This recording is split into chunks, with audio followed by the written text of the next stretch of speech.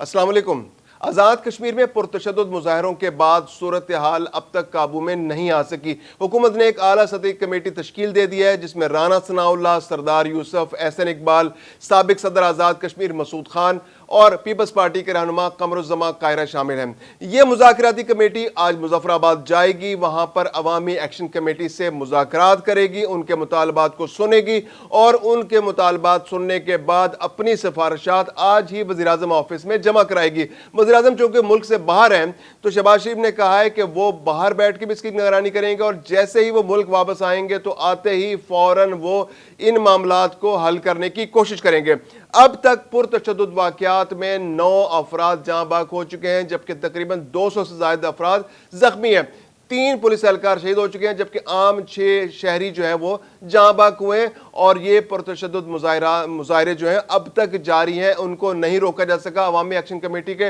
ابتداً 38 مطالبات تھے لیکن وہ اب کم ہو کر 10 رہ گئے۔ اس کا بیک گراؤنڈ کیا یہ جاننا تھوڑا سا ضروری ہے۔ 2024 کے اندر یہ مذاکرات جو مظاہرے ہیں یہ پہلی دفعہ شروع ہوئے تھے، اس وقت بھی جو ایکشن کمیٹی تھی اس نے اپنے 38 مطالبات سامنے رکھے تھے جن میں سے بہت سو پر عمل ہو گیا تھا۔ اس وقت جو سبسڈیز کے مطالبات تھے، ان کے جو بجلی کے حوالے سے ریلیف وہ لینا چاہ رہے تھے، وہ مطالبات حکومت نے کافی حد تک مان لیے تھے۔ ان کو ایک ریلیف پیکج بھی دیا تھا، 24 ارب روپے کا ریلیف پیکج دیا تھا جس سے آزاد کشمیر کی عوام کو کافی حد تک ریلیف ملا تھا، لیکن ان کے کچھ مطالبات ایسے تھے جو اب تک پورے نہیں ہوئے تھے۔ اب جبکہ گزشتہ کچھ روز سے پاکستان کے اندر ان کے مظاہرے دوبارہ شروع ہوئے اور آزاد کشمیر کے اندر وہ زیادہ شدت سے مظاہرے شروع ہوئے تو انہوں نے دوبارہ سے اپنے مطالبات سامنے رکھ دیے۔ اس بار جو عوامی ایکشن کمیٹی ہے آزاد جموں کشمیر کی، انہوں نے 38 کی بجائے 10 مطالبات سامنے رکھے ہیں جن میں سے حکومت کا کہنا ہے کہ ہم 90% مطالبات تو پہلے ہی مان چکے ہیں، صرف 2 مطالبات ایسے ہیں کہ جن پر ابھی ہم عمل اس لیے نہیں کر سکتے کہ ان کے لیے قانون سازی کی ضرورت ہے۔ اب ایک نظر ڈال لیتے ہیں کہ ان کے مطالبات کیا ہیں اور وہ کن کن معاملات کو اجاگر کر رہے ہیں اور وہ فوری طور پر کیا ریلیف چاہتے ہیں۔ سب سے پہلی بات تو یہ ہے کہ آزاد کشمیر کے جو عوامی ایکشن کمیٹی ہے انہوں نے مطالبہ کیا ہے کہ جو مہاجرین کی نشستیں ہیں آزاد کشمیر اسمبلی کی، ان کو فی الفور ختم کیا جائے۔ مہاجرین کی نشستوں کے بارے میں آپ کو تھوڑا سا بتا دیں کہ جو آزاد کشمیر کی جو اسمبلی ہے اس کی کل تعداد 51 ارکان پر مشتمل ہے اور 51 ارکان میں سے 12 ارکان وہ ہیں جو مہاجرین کی نشستوں سے منتخب ہو کر آتے ہیں۔ یہ مہاجرین کون ہیں؟ یہ مہاجرین وہ ہیں جب مقبوضہ کشمیر سے جب انہوں نے ہجرت کی اور جب وہاں حالات خراب ہوئے اور وہ پاکستان کے علاقوں میں آئے تو وہ آزاد کشمیر میں بسنے کے بجائے پاکستان کے مختلف علاقوں میں آ کر بس گئے، تو وہ نشستیں ان کے لیے مخصوص کی گئی ہیں اور وہ نشستوں کی تعداد 12 ہیں۔ ان میں سے 6 نشستیں پنجاب میں ہیں، 3 نشستیں KBK میں ہیں، 2 سندھ میں ہیں اور 1 بلوچستان میں۔ اب یہ جو مظاہرین ہیں ان کا کہنا ہے کہ ان نشستوں کو فی الفور خاتمہ کیا جائے کیونکہ یہ جو کشمیری جو پاکستان کے اندر رہتے ہیں جو مہاجرین ہیں اب یہ اپنے آپ کو اس طرح سے لنک نہیں آزاد کشمیر سے کرتے، ان کے کوئی سٹیکس وہاں پر نہیں ہے، ان کے کوئی مفادات وہاں پر نہیں ہے اور یہ پاکستان کی جو سیاست ہے وہ ان کے ذریعے اثر انداز ہوتی ہے آزاد کشمیر کی اسمبلی پر۔ تو جو بھی حکومت برسر اقتدار ہوتی ہے پاکستان کے اندر وہ ان 12 نشستوں کو مینج کر لیتی ہے اور ان 12 نشستوں کا جو سیاسی اثر ہے وہ آزاد کشمیر کی اسمبلی کے اندر نظر آتا ہے اور وہاں پر عموماً وہی حکومت بنانے میں کامیاب ہوتی ہے پارٹی جس کی پاکستان کے اندر حکومت ہوتی ہے۔ آزاد کشمیر میں بھی اس کی حکومت آ جاتی ہے یا اس کی کسی اتحادی جماعت کی حکومت آ جاتی ہے۔ یہ مطالبہ ہے عوامی ایکشن کمیٹی کا۔ اس کے علاوہ ان کا مطالبہ ہے کہ آزاد جموں کشمیر کی جو اسمبلی ہے اس کے اندر کابینہ ارکان کی بہت تعداد زیادہ ہے، انہوں نے مطالبہ کیا ہے کہ اس کو کم کیا جائے۔ اب اس وقت اگر آزاد کشمیر کی جو گورنمنٹ ہے اس میں دیکھا جائے تو تقریباً 30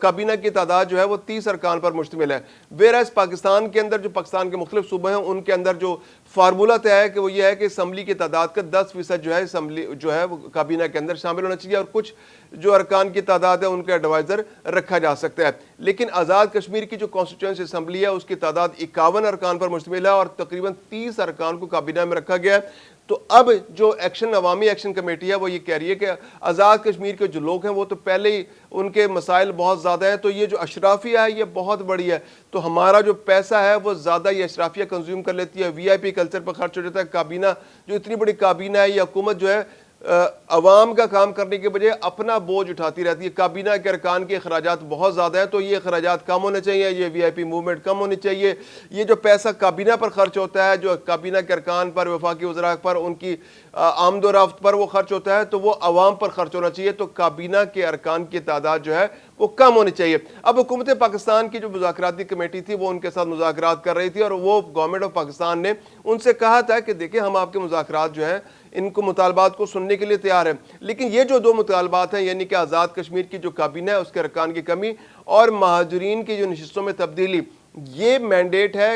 آزاد کشمیر کی اسمبلی کا. اس کے لیے قانون سازی کی ضرورت ہوگی اور اگر پاکستان کی گورنمنٹ کی جانب سے بھی قانون سازی کی ضرورت ہوئی تو اس میں بھی عمل کیا جائے گا, لیکن یہ مذاکراتی کمیٹی کے مینڈیٹ سے زیادہ اس پر فوری طور پر عمل نہیں ہو سکتا. اس کے لیے آئینی ماہرین کو بیٹھنا پڑے گا, اسمبلیوں کو بیٹھنا پڑے گا, قانون سازی ڈرافٹ بنانے پڑیں گے, مسودے بنانے پڑیں گے قانون کے, اور جب وہ مسودے ان پہ اگریمنٹ ہو جاتا ہے تو پھر قانون سازی کے ذریعے ان معاملات کو حل کیا جا سکتا ہے. یعنی یہ آئینی مسائل ہیں, ان کو مذاکرات کی ٹیبل پر اس طرح سے حل نہیں کیا جا سکتا جیسے باقی مذاکرات کو مطالبات کو حل کیا جا سکتا ہے. اس کے علاوہ جو 2024 سے لے کر آج تک جو مطالبات عوامی ایکشن کمیٹی کے سامنے آ رہے ہیں ان میں جو چند بڑے بڑے مطالبات ہیں وہ یہ ہے کہ چونکہ مہنگائی بہت زیادہ ہو گئی, آزاد کشمیر کے اس طرح سے وسائل نہیں ہیں تو ان کو گندم پر سبسڈی ملنی چاہیے, کیونکہ وہاں پر گندم نہیں اگتی تو گورنمنٹ جو حکومت پاکستان ان کو گندم فراہم کرتی ہے, تو جو گندم ان کو پاکستان سے ملتی ہے اس پر سبسڈی فراہم کی جائے. تو پاکستان کی جانب سے جو گندم ان کو فراہم کی جا رہی تھی, جو آٹا ان کو مل رہا تھا, وہ 40 کلو کا آٹا 2000 کا ریٹ طے کر دیا گیا تھا جو پاکستان سے تقریباً آدھے نرخ پر تھا. اس کے علاوہ ان کا مطالبہ تھا کہ جو چونکہ بجلی منگلا کا جو ڈیم ہے, منگلا ڈیم آزاد کشمیر کے اندر بنا ہوا ہے, تو ان کو خصوصی سبسڈی دی جائے اس معاملے پر کہ ان کو بجلی کے نرخ بہت کم ہونے چاہیے پاکستان کے مقابلے میں. تو وہ ریلیف ان کو آلریڈی مل چکا ہے. جو بجلی کے نرخ ہیں آزاد کشمیر کے اندر وہ تقریباً 3 روپے سے 6 روپے فی یونٹ ہے, جبکہ پاکستان میں تو یہ ریٹ جو ہے وہ 30 روپے سے 50 روپے 60 روپے تک بڑھ جاتے ہیں, اور جو ٹیکسز لگنے کے بعد تو وہ بعض اوقات 80 90 100 روپے تک چلے جاتا ہے, فی یونٹ کا ریٹ چلا جاتا ہے. تو آزاد کشمیر کی حکومت جو عوامی ایکشن کمیٹی ہے انہوں نے بجلی کی نرخوں پر بھی ریلیف مانگا. اس کے علاوہ انہوں نے کہا جی کہ جو سبسڈی جو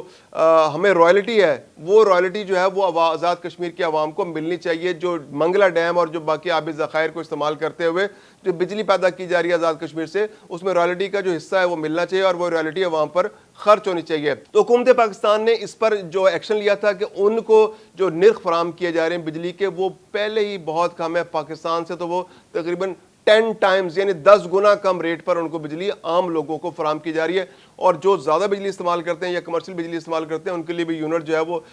6 روپے تک جاتا ہے اور تھوڑا بہت اس سے بھی زیادہ ہو جاتا ہے, لیکن وہ بھی پاکستان کے نرخوں سے, جو پاکستان میں کمرشل بجلی کے نرخ ہیں اس سے 10 گنا کم نرخ ہے. اس کے علاوہ انہوں نے مطالبہ کیا تھا کہ جناب ہمارا جو بینک ہے بینک آف کشمیر اس کو شیڈول بینک شمار کیا جائے. اس کے علاوہ ہمیں جو ٹیکسز ہم سے لیے جاتے ہیں, جو پراپرٹی ٹیکس ہے, جو اس کے علاوہ جو ٹیکسز ہیں ان پر دوبارہ سے نظر ثانی کی جائے. ہم سے زیادہ ٹیکس وصول کیے جاتے ہیں, ہم افورڈ نہیں کر سکتے تو ہم سے زیادہ ٹیکس وصول نہیں کیا جائے. جو پاکستان میں ٹیکسز کا فارمولہ ہے وہ ہم پر اپلائی نہ کیا جائے. اس کے علاوہ انہوں نے کہا جی کہ ہمیں زیادہ سیاسی حقوق ملنے چاہیے, ہمیں زیادہ ریپرزنٹیشن ملنے چاہیے. ہم چاہتے ہیں کہ جو ہم اپنے فیصلے خود سے کریں, ہمارے اختیارات زیادہ ہونے چاہیے, ہمارے ہاں مداخلت جو ہے وہ کم سے کم ہونی چاہیے, پاکستان کی جانب سے مداخلت کم ہونی چاہیے. اس کے علاوہ ان کا مطالبہ تھا کہ جو طلبہ یونین ہے اس پر سے پابندی ہٹا دینی چاہیے. جو اسٹوڈنٹس ہیں اس کے اندر جو طلبہ یونین کے جو الیکشنز ہوتے ہیں ان کو باقاعدگی سے ہونا چاہیے, اور حکومت نے اگر اس میں مداخلت کیا ہے تو مداخلت فوری طور پر ختم ہونا چاہیے. تو یہ وہ مطالبات ہیں جو طلبہ یونین کا خاص طور پر مطالبہ تھا. یہ طلبہ کی جانب تھا, نوجوانوں کی جانب سے تھا, اور طلبہ اس میں بہت زیادہ کنٹریبیوٹ کر رہے تھے. اب یہ جو مطالبات ہیں ان میں سے گورنمنٹ کا کہنا ہے کہ ہم تو 90% مطالبات پہلے ہی تسلیم کر چکے ہیں, صرف 2 مطالبات ایسے ہیں جو کابینہ کی تعداد میں کمی ہے, یا اس کے علاوہ جو مہاجرین کی نشستوں کا معاملہ ہے جو پاکستان میں